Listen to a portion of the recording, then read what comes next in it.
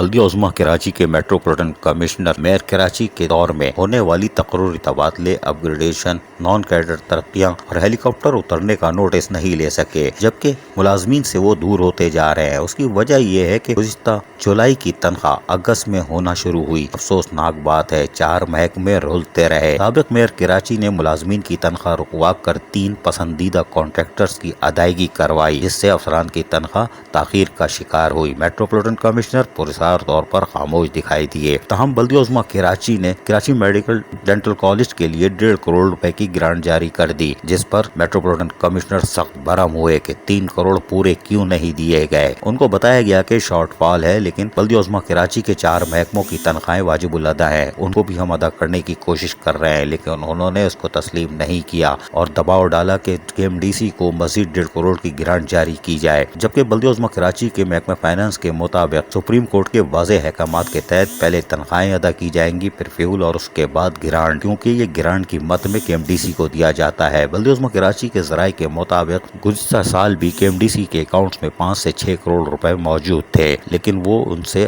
تنخواہوں کی ادائیگی نہیں کرتے، گرانٹ آنے کی صورت میں تنخواہیں دیتے ہیں۔ اور بلدیہ عظمیٰ کراچی جس کا شارٹ فال پہلے ہی 2 کروڑ کا تھا، اب 4 کروڑ سے زیادہ ہو سکتا ہے، اس کی بھی ذمہ داری